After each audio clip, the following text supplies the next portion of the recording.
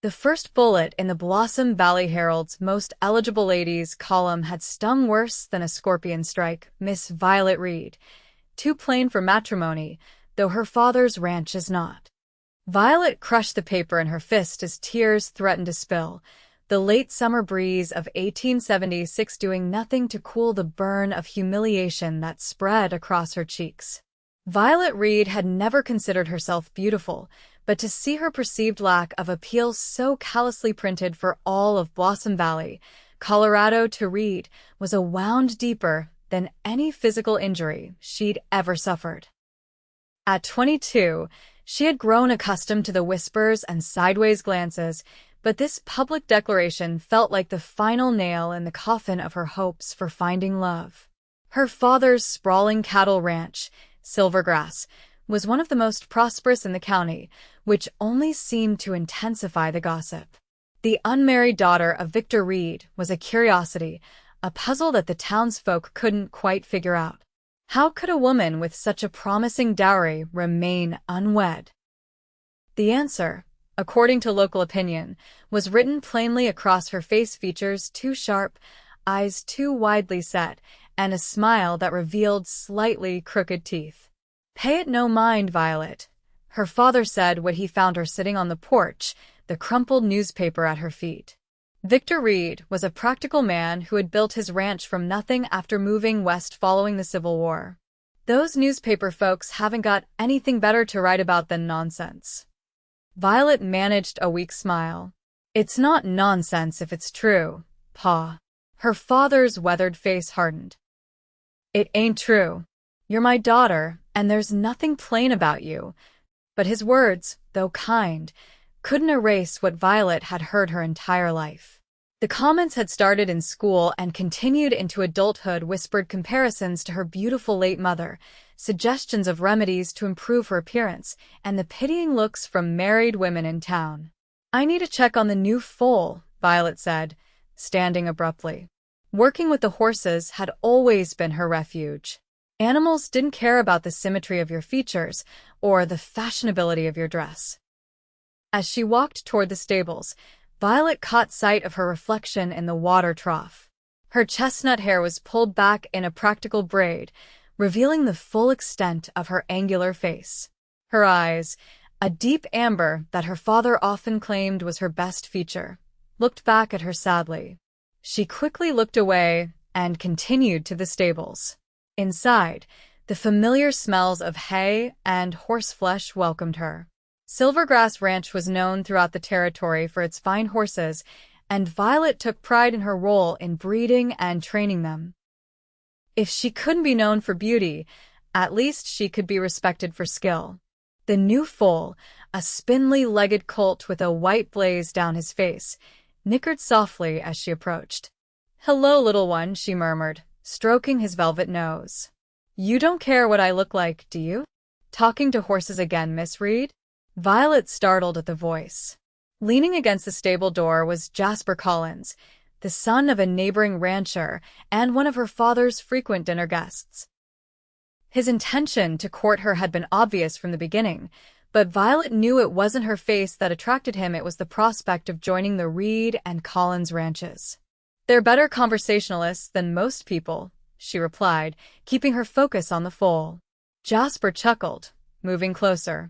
"I came to speak with your father about the cattle drive, but I hoped I might find you as well." Violet felt her stomach tighten. Jasper wasn't a bad man, in fact. By most accounts, he was considered quite a catch with his family's wealth and his own handsome features. But his interest in her felt calculated, a business transaction rather than genuine affection. "My father's in the house," she said, stepping back as Jasper reached to touch her arm. "Violet," he said, his voice dropping to what he likely thought was an intimate tone, "I've been thinking about our future. Our family's lands together would make the largest ranch in the territory." She met his eyes directly. "Is that a proposal, Mr. Collins?" He hesitated, just long enough for Violet to know the truth. "I'm suggesting we consider the practical benefits of an arrangement between us." "An arrangement," she repeated flatly. "How romantic." Jasper frowned. Romance is for dime novels, Violet. Marriage is about building something lasting, combining strengths. And overlooking weaknesses? She asked, thinking of the newspaper article. Like my plain face? His silence was answer enough. Violet moved past him toward the door. You're being unreasonable, he called after her. Many women would be grateful for such an offer. Violet paused, not turning back. Then perhaps you should propose to one of them instead. She walked away, her chest tight with emotions she couldn't fully name. Was it anger at Jasper's pragmatic approach to marriage, or disappointment in herself for wanting more than she deserved?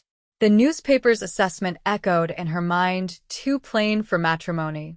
Perhaps she should resign herself to spinsterhood rather than settle for a loveless match. The next morning, Violet rose before dawn, as was her habit. The ranch hands would be gathering for breakfast soon, and there was work to be done.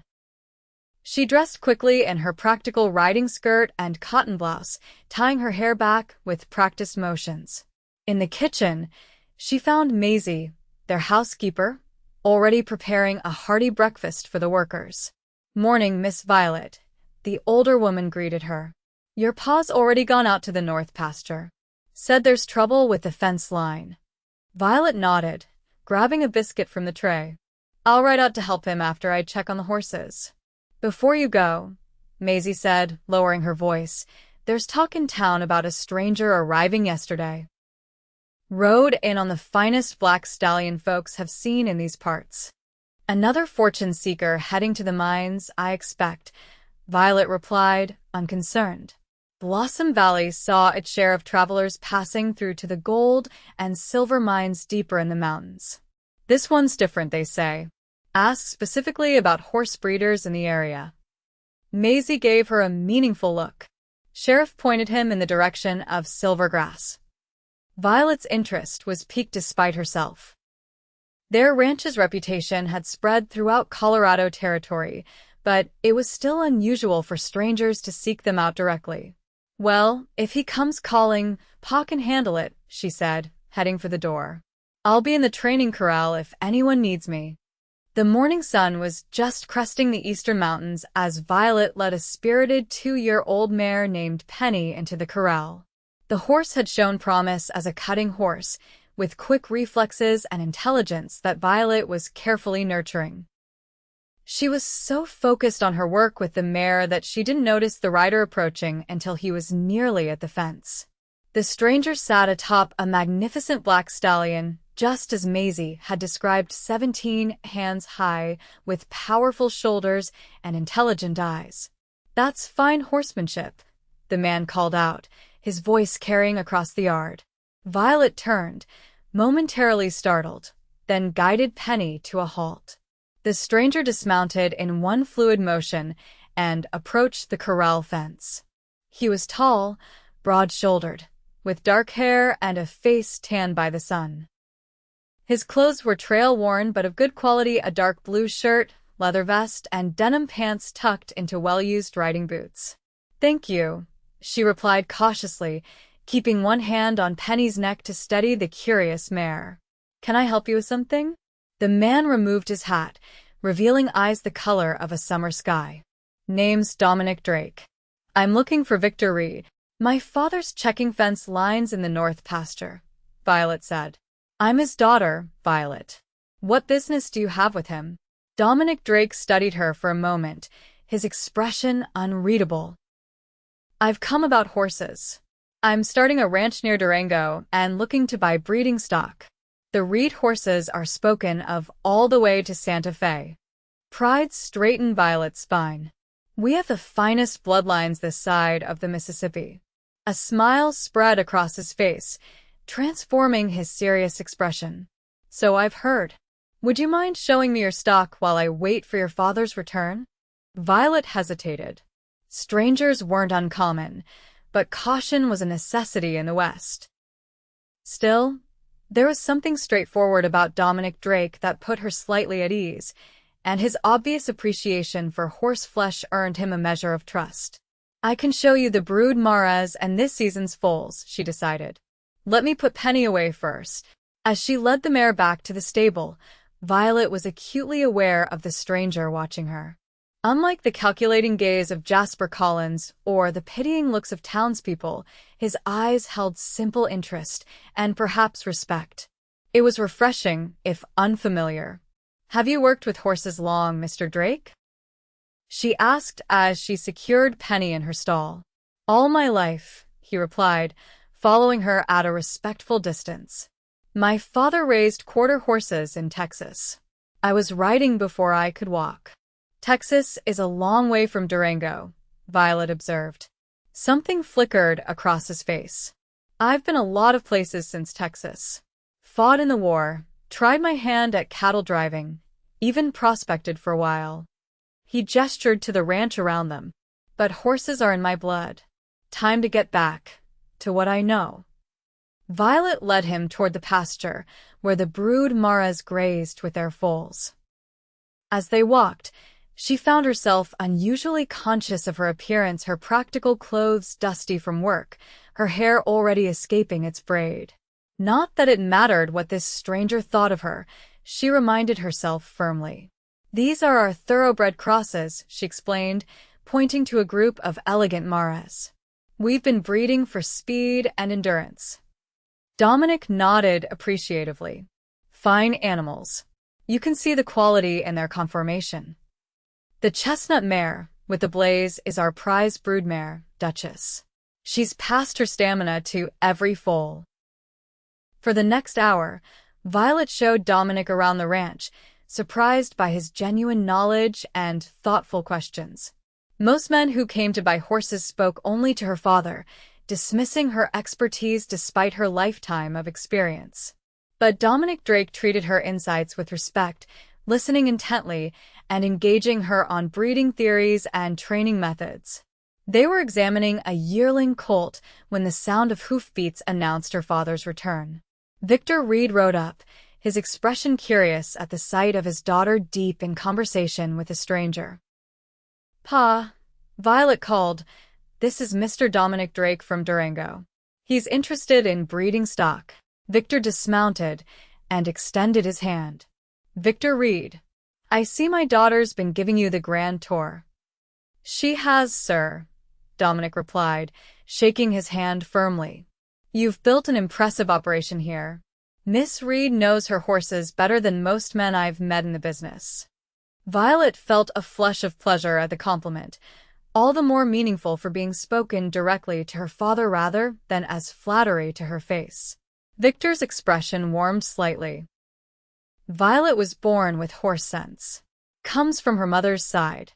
He gestured toward the house. "Why don't you join us for dinner, Mr. Drake?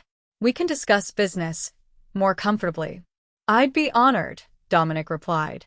As they walked toward the house, Violet caught Dominic looking at her with an odd expression. "Is something wrong, Mr. Drake?" she asked. He shook his head slightly, as if coming out of a reverie. "Not at all, Miss Reed. You just remind me of someone." Before she could ask who, her father launched into questions about Dominic's plans for his ranch, and the moment passed. Dinner that evening was surprisingly pleasant. Maisie had outdone herself with a roast beef, potatoes, and fresh bread. Dominic proved to be an engaging guest, sharing stories of his travels that had Victor laughing and Violet hanging on every word. "So there I was," Dominic was saying, "halfway up a mountain with a bear on one side and a very angry prospector on the other, convinced I was trying to steal his claim." "What did you do?" Violet asked, leaning forward. His blue eyes twinkled. "The only sensible thing, I jumped into the creek and let the current carry me downstream, away from both of them." Victor laughed heartily. "You've had quite the adventurous life, Mr. Drake. Call me Dominic, please." He took a sip of coffee. "I've had my share of adventures, but I'm ready to put down roots now. That's why finding the right horses is so important." "How long will you be in Blossom Valley?" Violet found herself asking. "A week, perhaps 2. I've taken a room at the Golden Spur Hotel in town." "Then you must come back tomorrow," Victor insisted.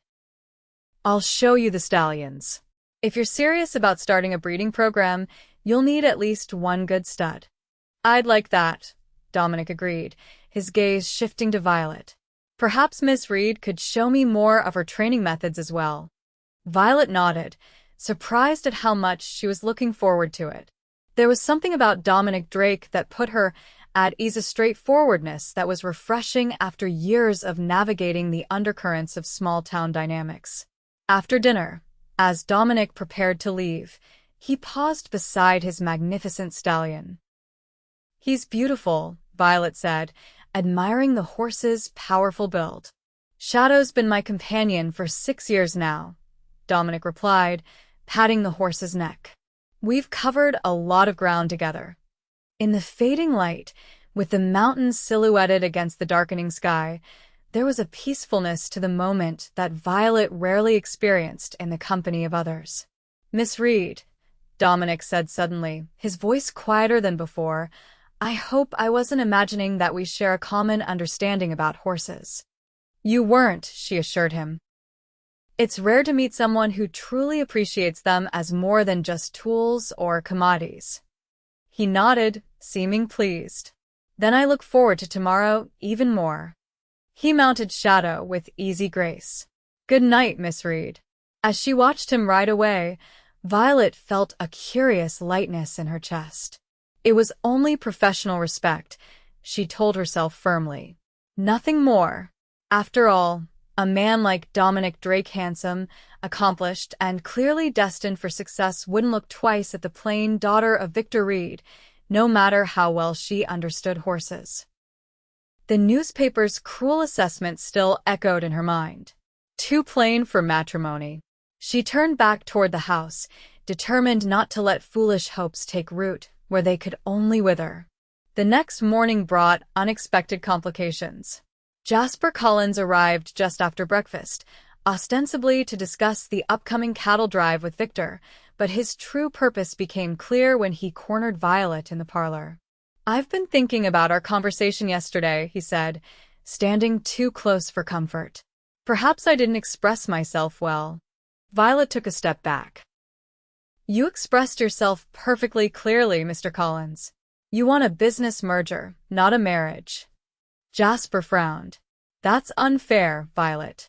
I'm offering you security and position. Many women would be grateful." "So you said yesterday," she replied coolly. "Yet here you are, still offering it to me instead of those grateful women." Before he could respond, the sound of approaching hoofbeats drew their attention.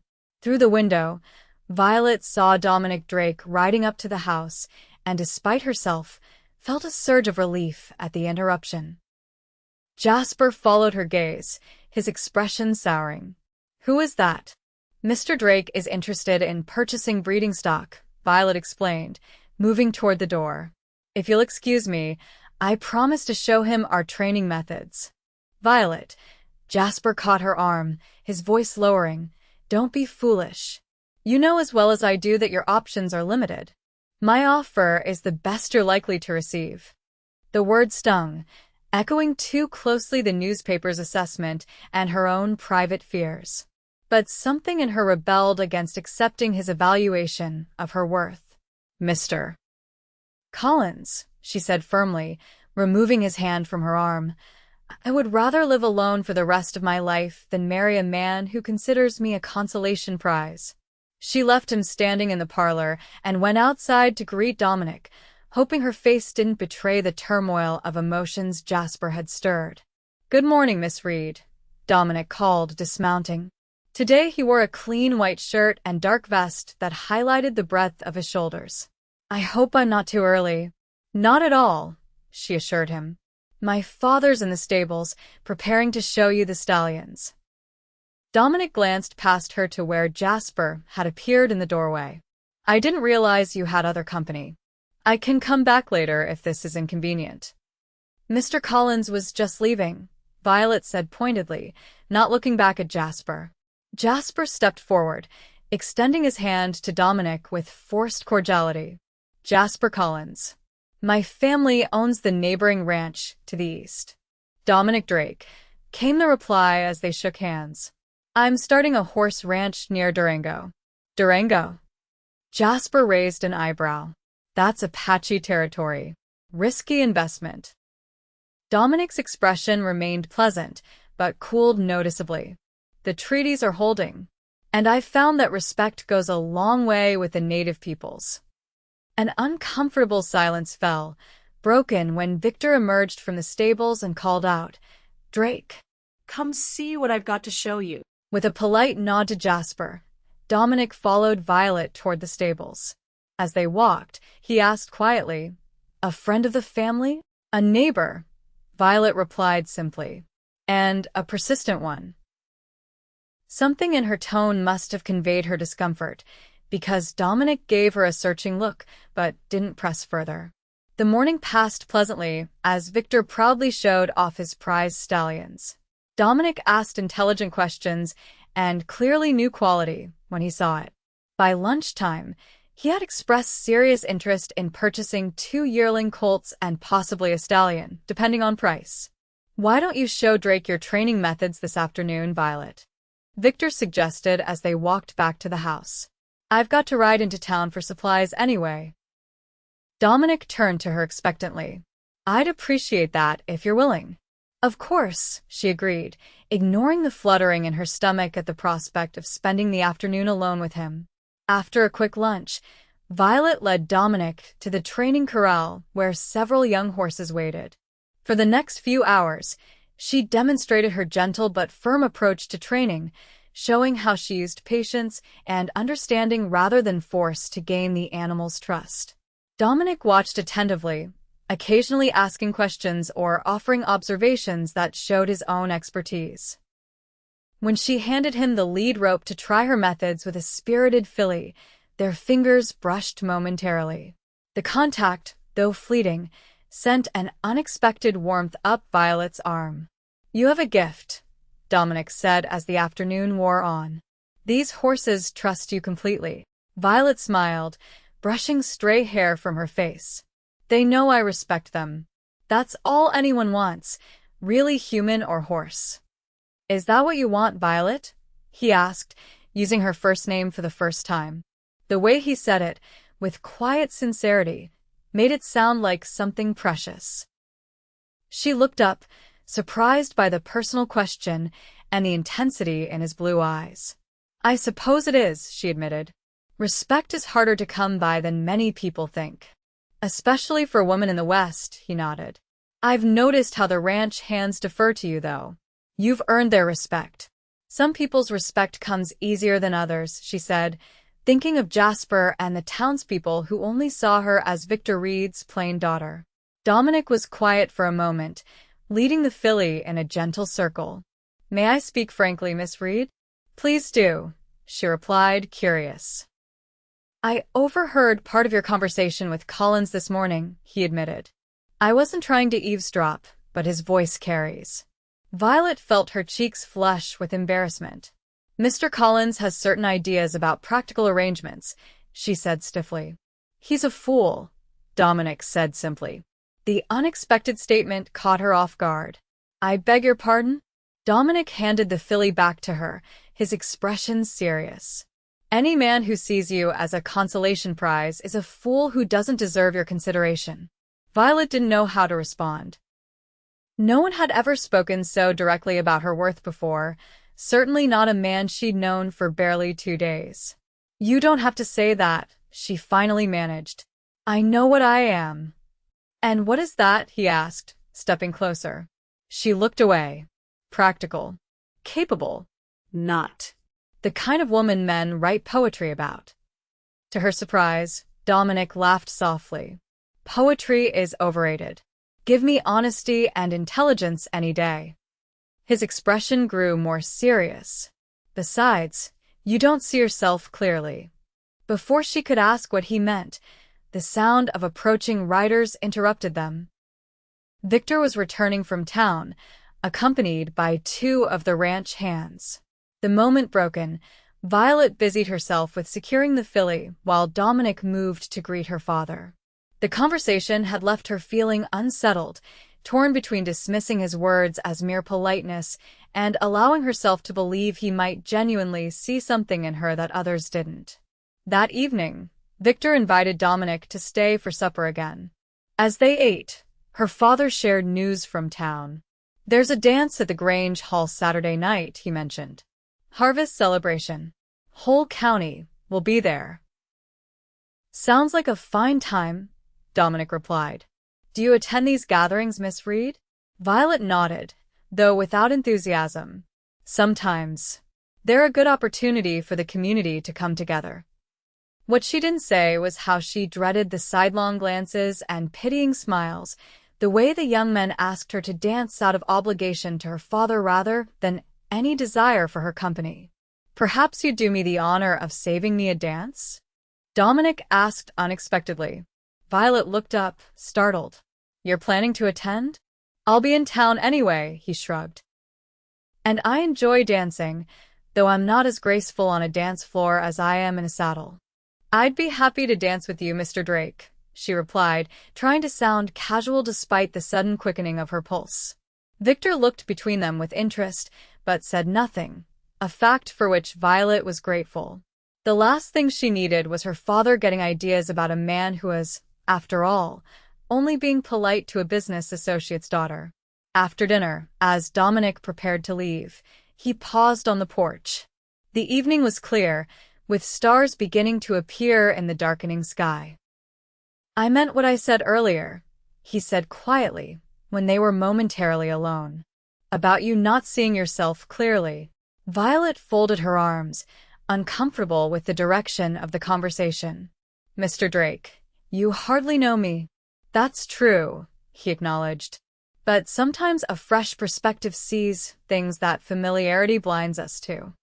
Before she could respond, he continued, the first night I arrived in town, I had a dream. It's going to sound strange, but I dreamed of a woman with amber eyes and chestnut hair, standing in a field of silver grass under a Colorado sky. Violet stared at him, uncertain how to respond to such an unexpected statement. When I saw you yesterday in the corral, he went on, his voice low, it was like seeing that woman from my dreams step into reality. I know how that must sound, but it's the truth. Mr. Drake, she began, not knowing whether to be flattered or concerned. Dominic, he corrected gently. And I'm not trying to make you uncomfortable. I just wanted you to know that when I look at you, I see someone remarkable. He put on his hat. Good night, Violet. I'll look forward to that dance on Saturday. As he rode away into the gathering darkness, Violet remained on the porch, her thoughts in turmoil.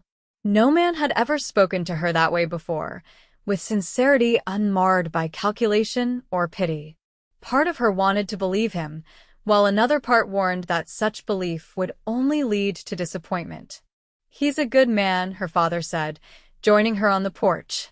Knows horses, works hard, speaks his mind. He's a customer, Pa, Violet reminded him, trying to sound practical. And he'll be gone back to Durango soon enough. Victor studied her face in the lantern light. Maybe. Maybe not. Durango ain't so far that a man couldn't make the journey if he had reason enough. Violet shook her head, unwilling to nurture false hopes. Don't start matchmaking, Pa. You know what people say about me. People say a lot of things, her father replied with unexpected heat. Doesn't make them true. Your mother wasn't considered a conventional beauty either, you know. Too tall, too outspoken. But to me, she was the most beautiful woman who ever lived. The comparison to her mother, who had died when Violet was only 10, brought unexpected tears to her eyes. That was different. Not so different, Victor insisted. Beauty isn't just about features, Violet. It's about who a person is. He squeezed her shoulder. Just something to think about. The days leading up to the dance passed in a blur of activity. Dominic continued to visit the ranch, finalizing his purchases and spending time with Violet and her father. With each visit, Violet found herself growing more comfortable in his presence, even as she tried to guard her heart against attachment.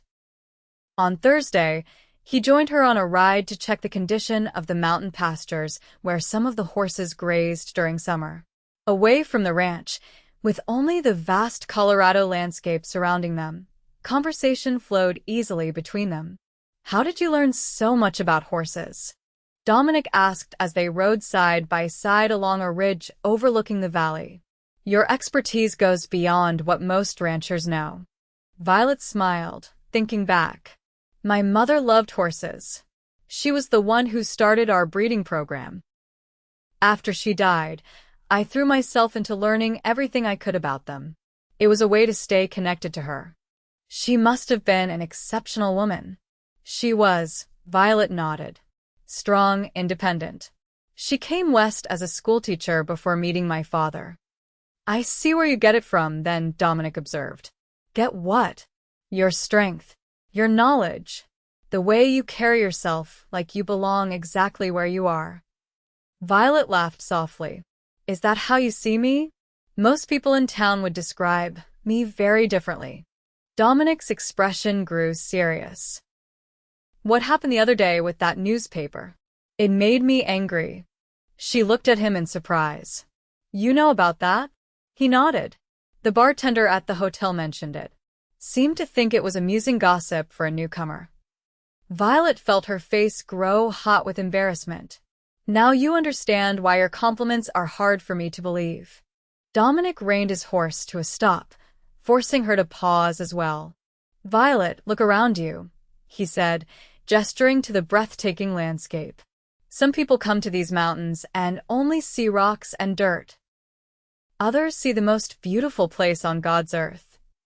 His blue eyes held hers steadily. "People are the same way.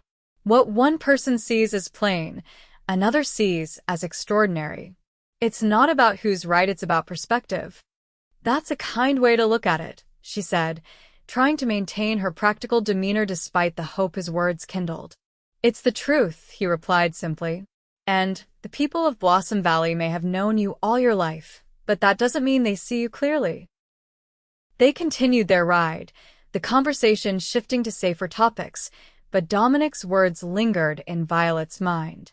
For the first time, she allowed herself to consider the possibility that her worth wasn't determined by the collective judgment of the town, that perhaps one person's sincere appreciation might matter more than 100 dismissive glances. Saturday evening arrived with a flurry of preparation. Violet rarely fussed over her appearance, but tonight she found herself paying unusual attention to her dress and hair. She chose her best gown, a deep green that her father had once said brought out the gold in her eyes, and allowed Maisie to arrange her hair in a more elaborate style than her usual practical braid. "You look lovely, Miss Violet," Maisie declared, standing back to admire her work. "That Mr. Drake won't know what hit him." "Maisie," Violet protested, though she couldn't help a small smile. "Mr. Drake is a business associate of my father's." The housekeeper raised a knowing eyebrow. "If you say so, miss. Though I haven't seen a business associate look at your father the way that young man looks at you." Violet turned back to the mirror, studying her reflection. The woman who looked back at her seemed different, somehow not dramatically transformed, but perhaps viewing herself through new eyes. The features that had always seemed too sharp to her now appeared distinctive rather than plain. Her wide-set amber eyes, rather than a flaw, gave her face a unique character. Was this what Dominic meant about perspective? The ride to town was filled with nervous anticipation. Victor, dressed in his Sunday best, kept glancing at his daughter with barely concealed pride. "You look beautiful, Violet," he said as they approached the brightly lit Grange Hall. "Just like your mother." The comparison brought a lump to Violet's throat. "Thank you, Pa." The Grange Hall was decorated with autumn harvest themes. Corn husks, pumpkins, and golden wheat sheaves adorned the walls and tables. A local band played lively tunes, and the dance floor was already filled with couples whirling to the music. As they entered, Violet felt the familiar sensation of eyes turning toward them, of whispers behind hands. But tonight, bolstered by her father's words and Dominic's perspective, she held her head high and smiled warmly at those who greeted them. She was speaking with the minister's wife when a familiar voice behind her said, "Good evening, Miss Reed." Turning, She found Dominic standing there, looking more handsome than ever in a dark suit and crisp white shirt. His usually windblown hair was neatly combed, though a rebellious lock had already fallen across his forehead.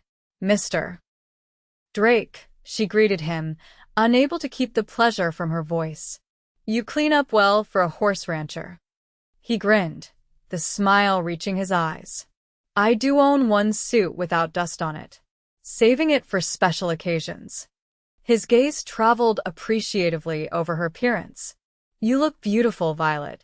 The simple compliment, spoken with such evident sincerity, warmed her from within. "Thank you. I believe you promised me a dance," he said, extending his hand as the band began a waltz. "I did," she agreed, placing her hand in his. As he led her onto the dance floor, Violet was acutely aware of the eyes following them. Dominic Drake was unquestionably the most handsome newcomer Blossom Valley had seen in years, and her dancing with him was certainly causing a stir. Any self-consciousness faded, however, as Dominic's arms circled her waist and they began to move with the music. He was a better dancer than he had claimed, guiding her confidently through the steps. "You're not as clumsy on a dance floor as you suggested," she teased. He laughed. "I may have exaggerated my ineptitude. My mother insisted all her sons learn to dance properly." "How many brothers do you have?" "Two, both older. One's a lawyer in Austin, the other runs the family ranch in Texas." "And you're the adventurer," she observed. His expression grew more serious. "I was. But I'm ready to build something lasting now." The intensity in his blue eyes as he said this made Violet's heart beat faster. They continued to dance, the conversation flowing naturally between them. By the third dance, Violet had forgotten all about the watching eyes and whispers, lost in the pleasure of Dominic's company. As the evening progressed, they took a break for refreshments. Dominic brought her a cup of punch, and they stood near an open window, enjoying the cool evening breeze. "I've never seen Eliza Thompson look so sour," Dominic observed, nodding discreetly toward a well-dressed woman watching them with narrowed eyes. "Is she always so pleasant?" Violet followed his gaze and suppressed a smile. Eliza Thompson was the editor's wife and widely believed to be the true author of the Most Eligible Ladies column. "Mrs. Thompson has very decided opinions on who belongs where in Blossom Valley society," Violet explained. "I suspect she doesn't approve of you spending so much time with me." "Why not?" he asked, though his expression suggested he already knew the answer. Violet hesitated, then decided on honesty.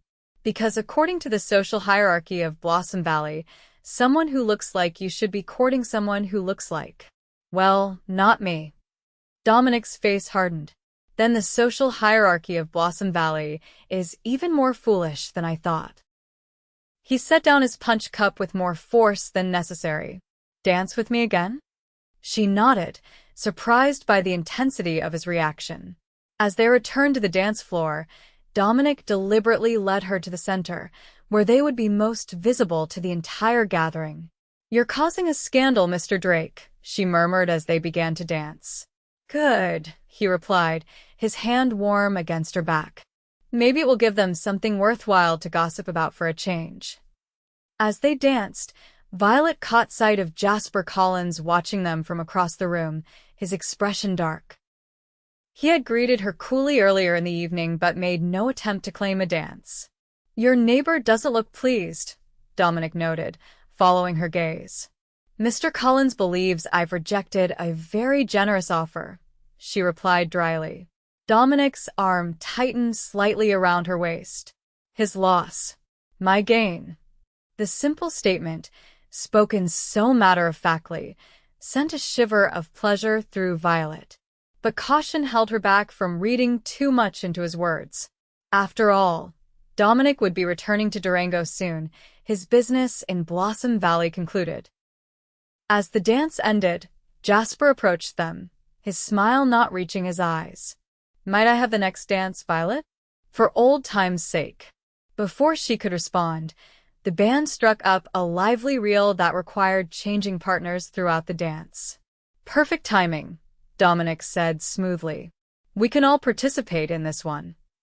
The three of them joined the forming lines, Violet positioned between the two men.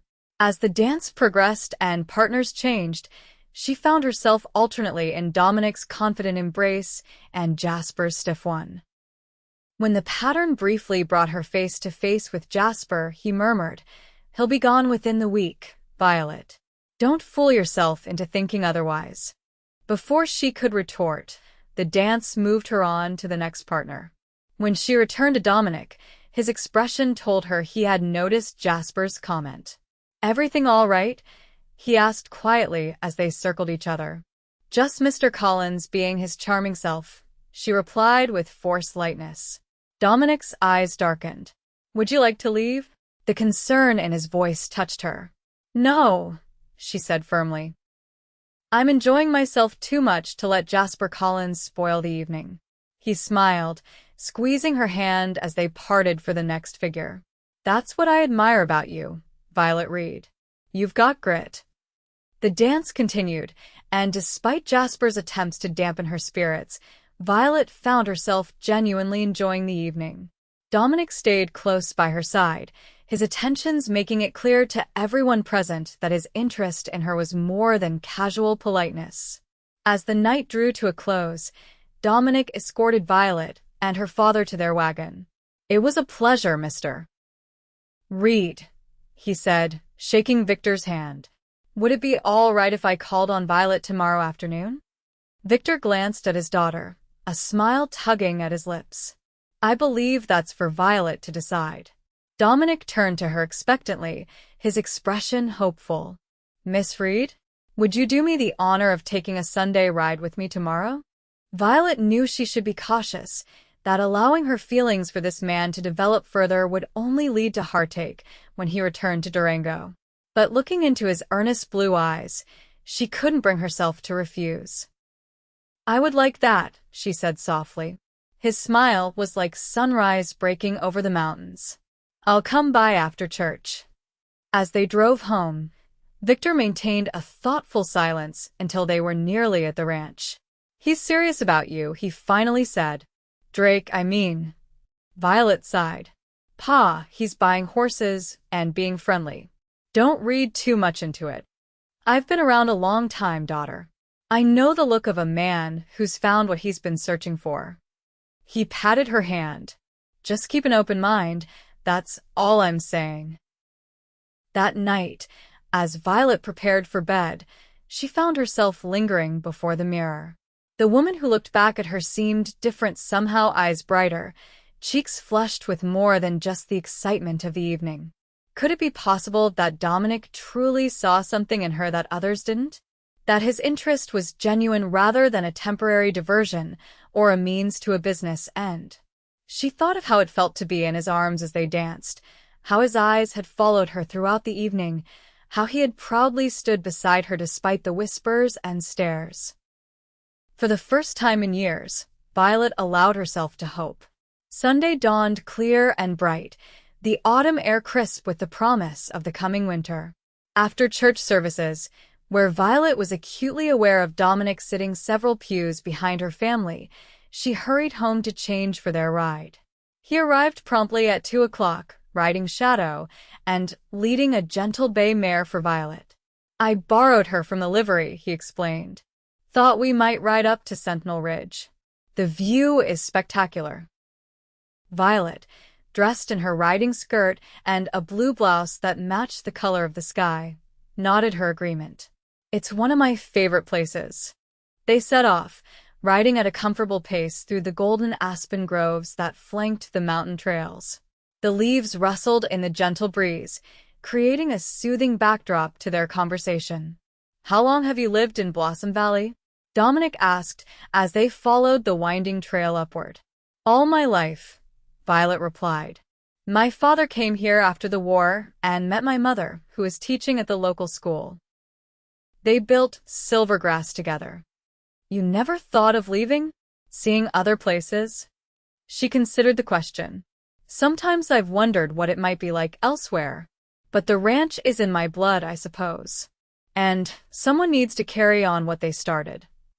Dominic nodded, understanding. That's how I feel about ranching.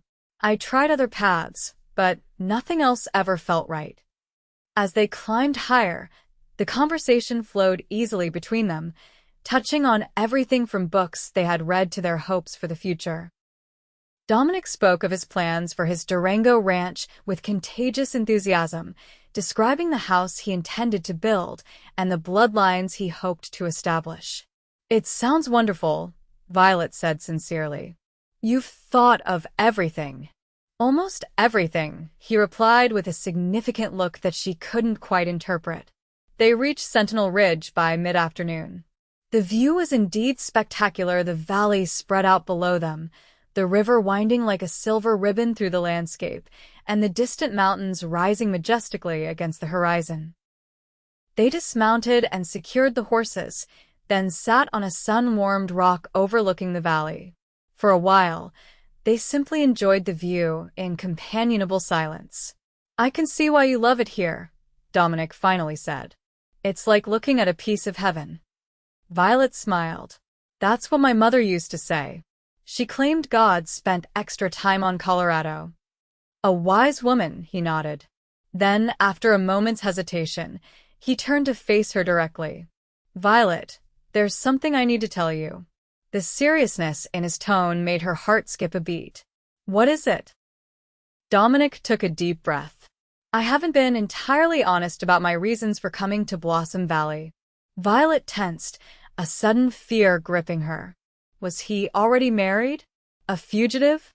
Her mind raced with possibilities, each worse than the last. Seeing her expression, he quickly continued, "It's nothing bad, I promise. It's just, I didn't come here solely to buy horses." "Then why did you come?" she asked, her voice barely above a whisper. "6 months ago, I was in Denver on business. While there, I saw a photograph in a newspaper, a group picture of the Blossom Valley Harvest Festival Committee. You were standing to the side, half in shadow, but something about you caught my attention." Violet stared at him in disbelief.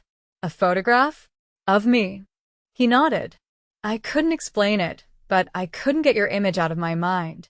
When I learned that Victor Reed's daughter was a horse breeder in Blossom Valley, it seemed like fate. I needed stock for my ranch anyway, so I had a legitimate reason to come." "You came all this way because of a photograph."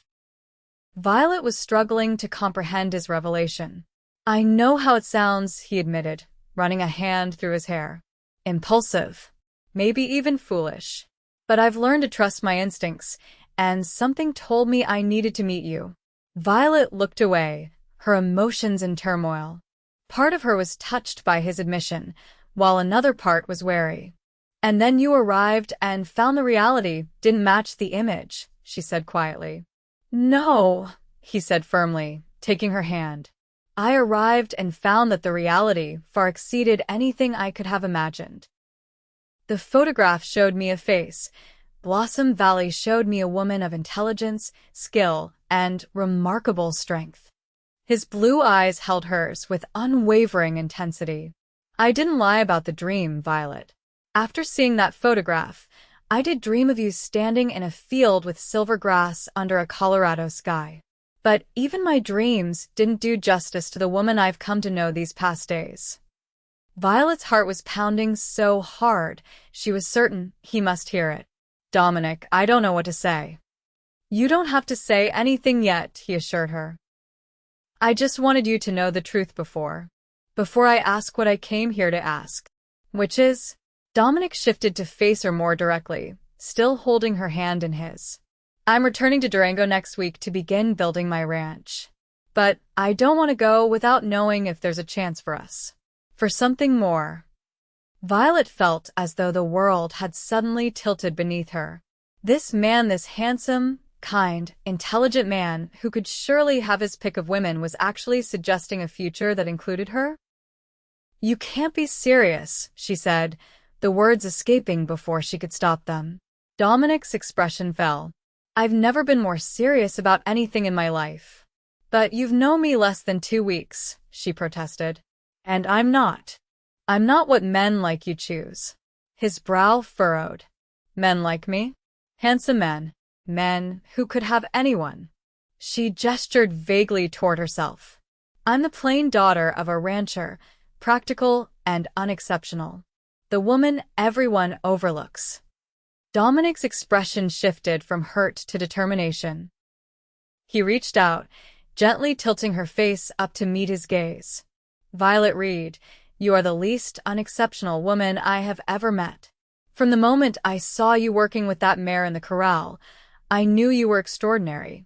Your intelligence, your skill with horses, your quiet strength, these are the things that matter, not whatever narrow standard of beauty this town has decided to value. His thumb brushed lightly across her cheek. And for what it's worth, when I look at you, I see a woman of remarkable beauty. Your eyes that change with your mood, your smile that transforms your entire face, the grace with which you move, I find you captivating in every way. Tears pricked at Violet's eyes, his words touching places in her heart that had been wounded for so long she had forgotten they could heal. I don't expect an answer today, Dominic continued, his voice gentler now. I know this is sudden. All I'm asking is permission to court you properly, to write to you while I'm establishing the ranch, and to visit when I can. To see if what I feel, what I hope you might come to feel, can grow into something lasting. Violet looked out over the valley, trying to gather her thoughts. Everything was happening so quickly, yet somehow it felt right in a way nothing else ever had. What about your ranch? She asked finally. Your plans? Durango is a long way from here. Not so far that it can't be traveled, he replied. And plans can change. What matters is finding the right person to build a life with. Everything else is just details. The sincerity in his voice was unmistakable. This wasn't a casual interest or a passing fancy. Dominic Drake was offering her his heart, asking only for the chance to win hers in return. I think, she said slowly, that I would like to receive your letters. And your visits. The smile that lit his face was like sunshine breaking through clouds. You would. Violet nodded, a smile spreading across her own face. Yes. I would. Dominic's hand tightened around hers. May I? He hesitated, then continued. May I kiss you, Violet? Her heart leapt at the question. Wordlessly, she nodded. Dominic moved closer, one hand rising to cup her cheek. Slowly, giving her every chance to pull away, he leaned in and pressed his lips to hers in a kiss of exquisite gentleness. It was Violet's first kiss, and it surpassed every girlhood daydream she had ever had. His lips were warm and firm against hers, conveying both tenderness and restrained passion. When he finally drew back, his blue eyes were dark with emotion. I've been wanting to do that since the moment I saw you, he admitted, his voice husky. Violet, her lips still tingling from his kiss, managed a smile. I'm glad you finally did. They stayed on the ridge until the sun began its descent toward the western mountains, talking of everything and nothing, sharing hopes and dreams, and occasionally exchanging soft, exploratory kisses that left Violet dizzy with newfound joy. As they rode back to Silvergrass in the golden afternoon light, Violet felt as though she was returning to a world that had fundamentally changed, or perhaps it was she who had changed, transformed by the simple power of being truly seen and valued for who she was. The next week passed in a bittersweet blur. Dominic finalized his purchase of horses from Silvergrass, including 2 yearling colts, a promising filly, and one of Victor's prize stallions. But the business arrangements were secondary to the growing connection between him and Violet. Each day, he found reasons to spend time with her, helping with the horses, joining them for meals, or simply sitting on the porch talking as the evening stars appeared. Victor watched their developing relationship with quiet approval, while the ranch hands exchanged knowing glances when Dominic arrived each morning. Word spread quickly through Blossom Valley. Violet became aware of the whispers and stares when she went into town, but for once, they didn't sting. Let them wonder, let them gossip. She knew the truth of what was growing between her and Dominic, and their opinions no longer held power over her sense of worth. Even Jasper Collins seemed to have accepted defeat. He called at Silvergrass once more, ostensibly on business with Victor, but his manner toward Violet was coolly polite rather than persistent. She was surprised to find she felt only relief, not even a trace of the old insecurity his presence had once triggered. The day of Dominic's departure arrived too soon. He would be leading the horses he had purchased back to Durango, a journey of several days. Standing in the yard of Silvergrass, as the morning sun cast long shadows across the grass, Violet helped him check the last of his preparations. "Everything seems ready," she said, trying to keep her voice steady despite the heaviness in her heart. Dominic nodded, his own expression somber.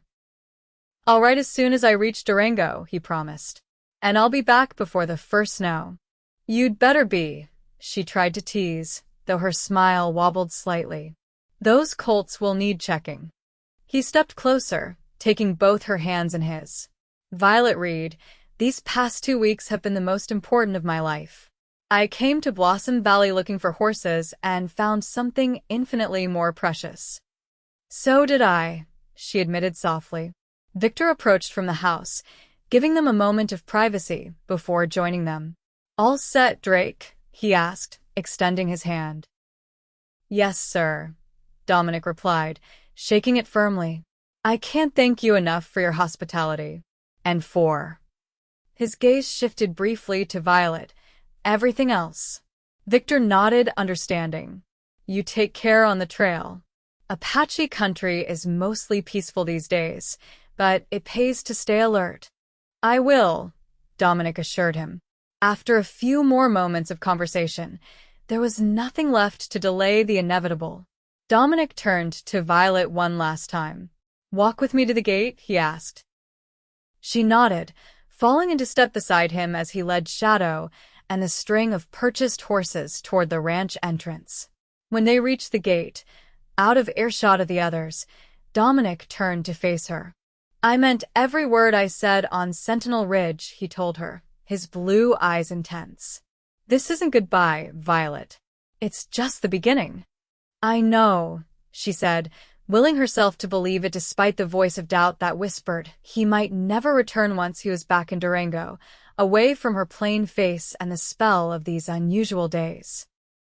As if reading her thoughts, Dominic reached into his pocket and withdrew a small object. "I want you to have this," he said, pressing it into her palm. Violet looked down to find a silver locket on a delicate chain. Opening it, she discovered a tiny photograph of Dominic on one side, the other side empty. "I thought you might add a picture of yourself," he explained. "So, I can carry you with me when I return." The thoughtfulness of the gift brought tears to her eyes. "It's beautiful," she whispered. "Not as beautiful as you," he replied, leaning down to kiss her softly. "Wait for me." "I will," she promised. With one last lingering look, Dominic mounted Shadow and led his string of horses through the gate. Violet stood watching until he was just a distant figure on the horizon, the locket clutched tightly in her hand like a talisman against the fear that this had all been a beautiful dream from which she must inevitably awaken. The weeks following Dominic's departure passed with agonizing slowness. Violet threw herself into her work at the ranch, training the young horses and helping her father prepare for the coming winter. But her thoughts were constantly with Dominic, wondering where he was, if he was safe, if he still felt the same way about her now that distance had broken the spell of their time together. True to his word, his first letter arrived 3 weeks after his departure, carried by the stagecoach that served as Blossom Valley's lifeline to the wider world. Violet's hands trembled as she broke the seal, half afraid of what she might find written inside. But Dominic's words dispelled her fears from the very first line. "My dearest Violet, I write this by lamplight in my new home, if a half-built cabin can be called a home. The journey was long but uneventful, and the horses you helped me select have settled well into their new surroundings. Shadow seems to have appointed himself their protector and watches over them like a vigilant father. The land here is beautiful in its own way, though it lacks the lush valleys of Blossom Valley. My nearest neighbor is 3 miles away, and the town of Durango is growing rapidly, but still feels raw compared to your settled community. Everything is going according to plan with the ranch, but I find myself counting the days until I can return to Colorado. Not for the horses, though they are fine animals, but for the chance to see your face again, to hear your voice, to hold your hand as we walked along Sentinel Ridge. I dream of you, Violet. Not just at night, but in quiet moments throughout the day when my mind wanders from my tasks.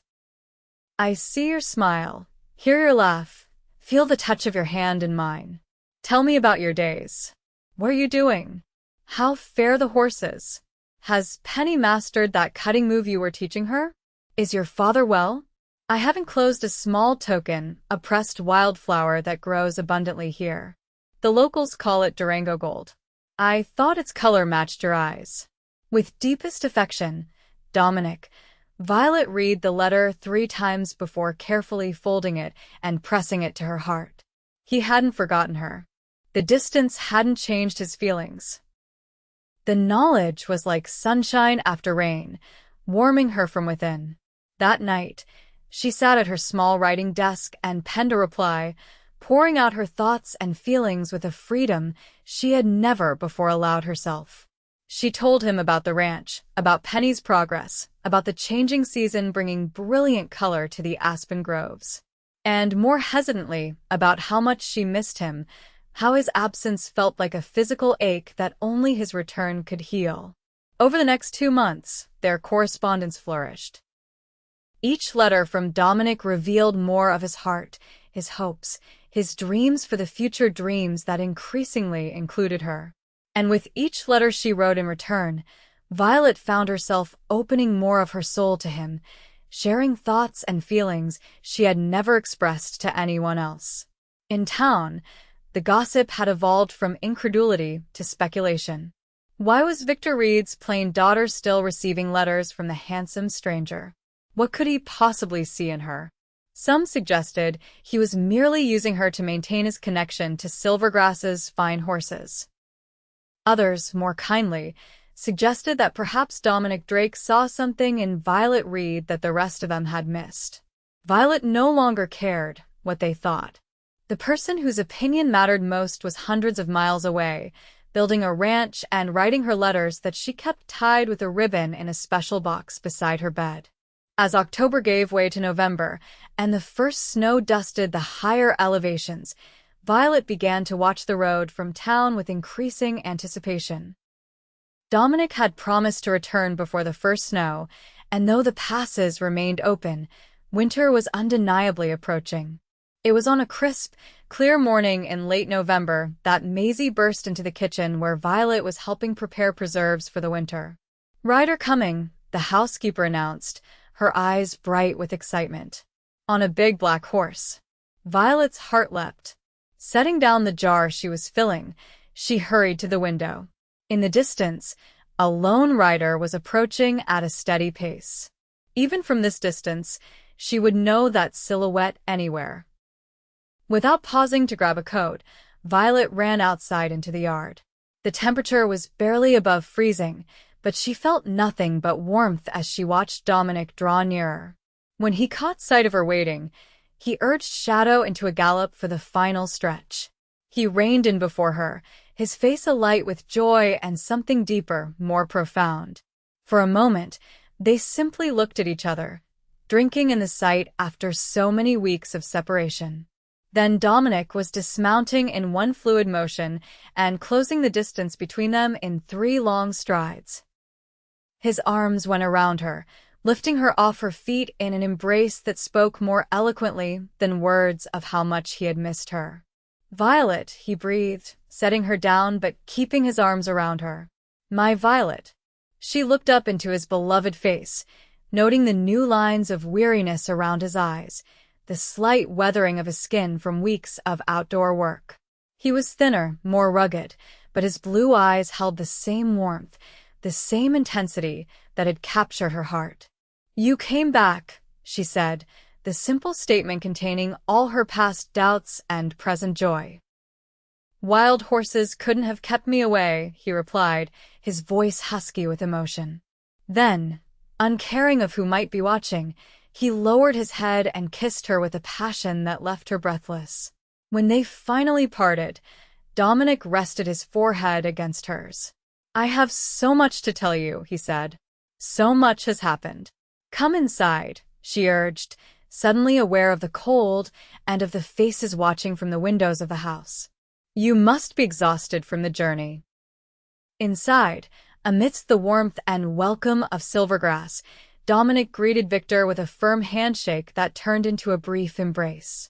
Maisie fussed over him, insisting he needed feeding after his long journey, while the ranch hands who came in for their midday meal clapped him on the back and asked about the trail.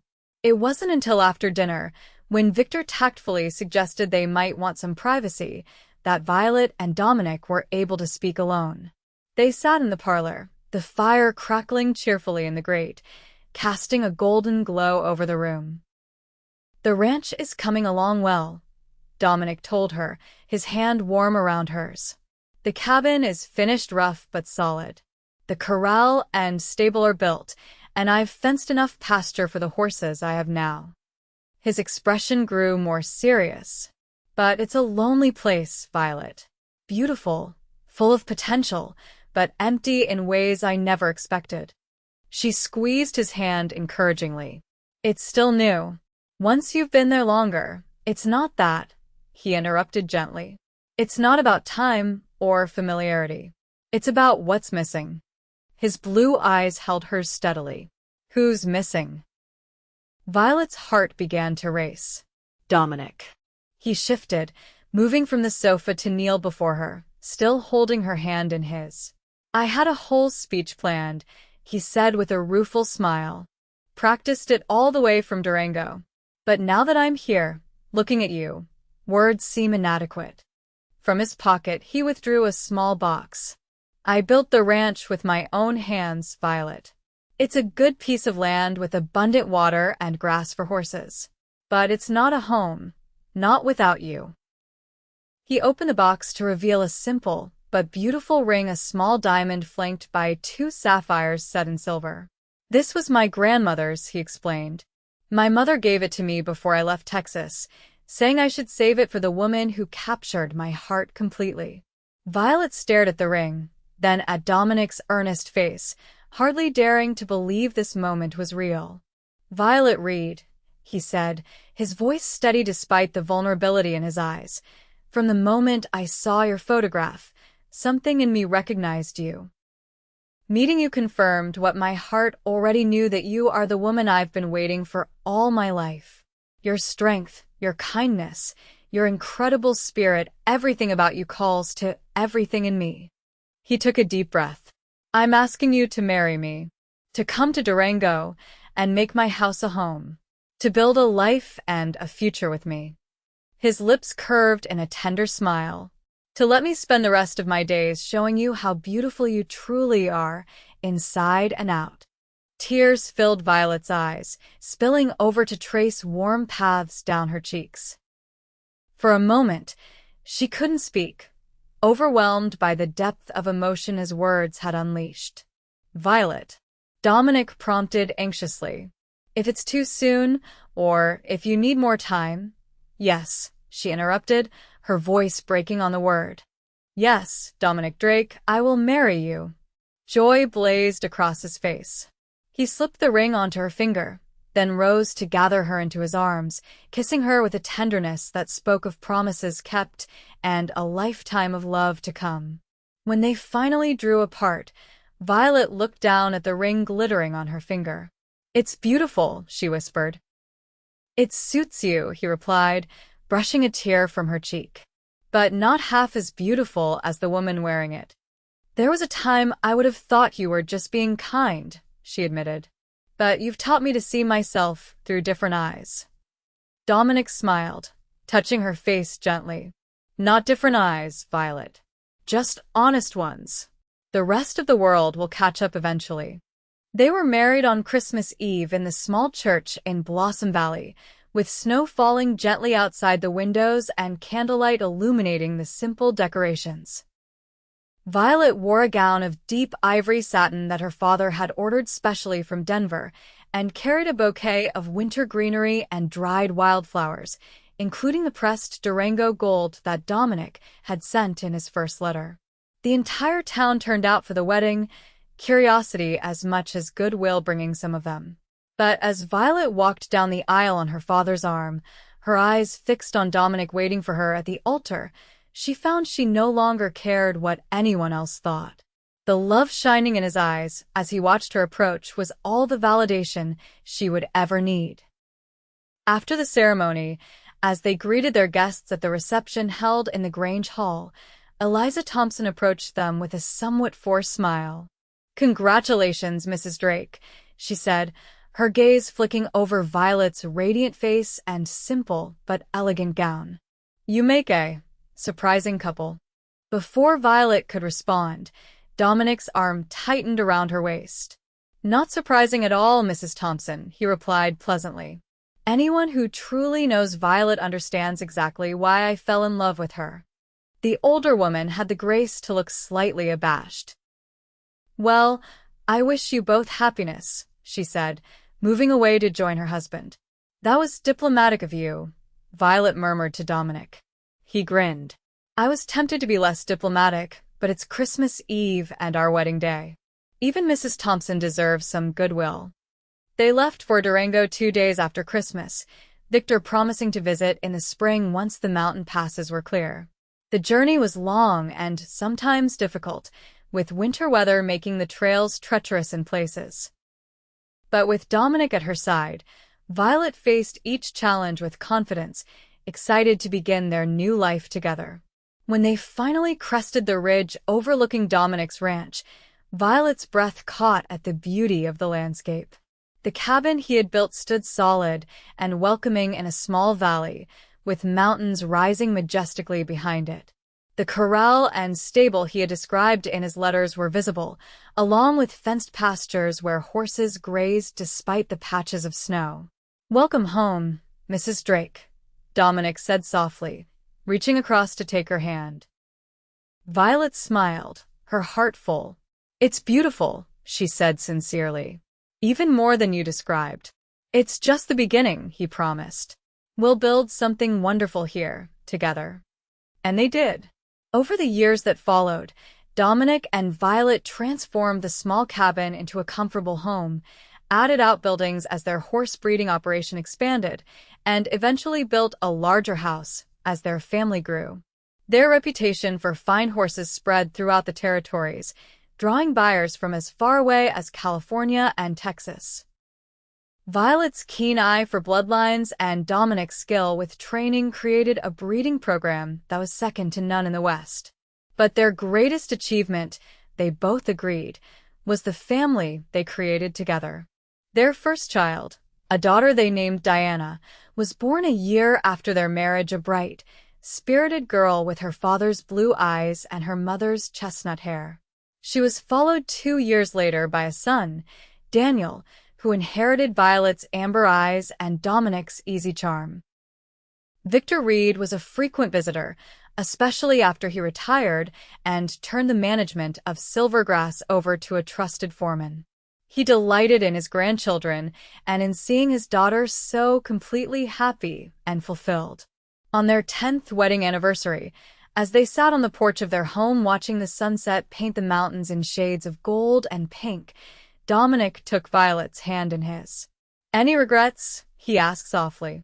Violet looked at him, at the face that had become as familiar to her as her own, yet still made her heart beat faster when he smiled at her. Then she looked out at the ranch they had built together, at their children playing in the yard, at the life they had created from love and hard work and unwavering belief in each other. "Not a single one," she replied truthfully. "Every moment, every challenge, every joy, it's all been exactly as it should be." Dominic lifted her hand to his lips, kissing it gently. "You know, I never told you this, but when I first saw your photograph in that Denver newspaper, there was a caption beneath it. What did it say? She asked, curious. Miss Violet Reed, daughter of rancher Victor Reed, demonstrates horsemanship at the Blossom Valley Harvest Festival. He smiled at the memory. But it wasn't the words that caught my attention. It was your eyes, even in that grainy photograph. They seemed to look right into me, challenging me, calling to me. Violet leaned against his shoulder, content. And here I always thought it was fate that brought you to Blossom Valley. Maybe it was, he mused. Or maybe it was something simpler, one heart recognizing its match, even across hundreds of miles. Either way, she said, turning her face up to his, I'm grateful every day that you saw me, truly saw me, when no one else did. I always will, he promised, lowering his head to kiss her with the same tenderness he had shown on that long-ago day on Sentinel Ridge. For all the days of our lives. And in the gathering twilight, with the mountains standing sentinel around them and the first stars appearing in the velvet sky, Dominic and Violet Drake reaffirmed the truth they had discovered together, that true beauty exists not in the eye of the beholder, but in the heart that loves completely, and that, even in the wild frontier of the West, the greatest adventure of all is loving and being loved in return.